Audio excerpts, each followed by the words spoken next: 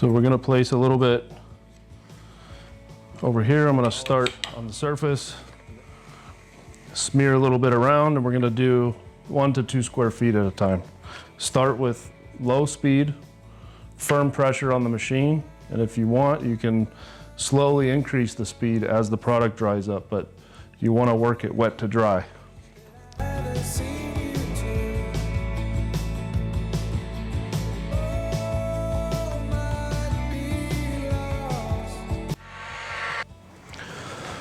Some stones will require multiple applications. If this is one of those materials, some granites require more passes to bring them up.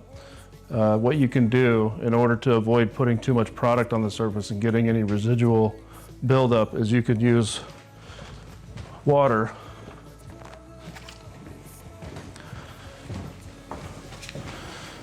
The product that's stuck in the pad is still functional.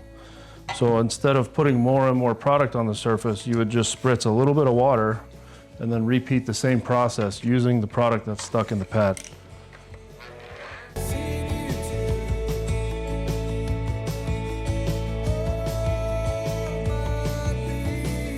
I'm just going to clean this up and verify that I am getting the results that I want.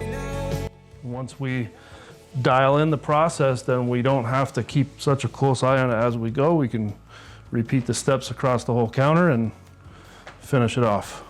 So as you can see here, this 1 to 2 square foot section that we did here is a significant increase in gloss and color and just overall cleanliness. There's no more oil or smears or anything. It's nice and polished, and this is what we're looking for on the rest of it.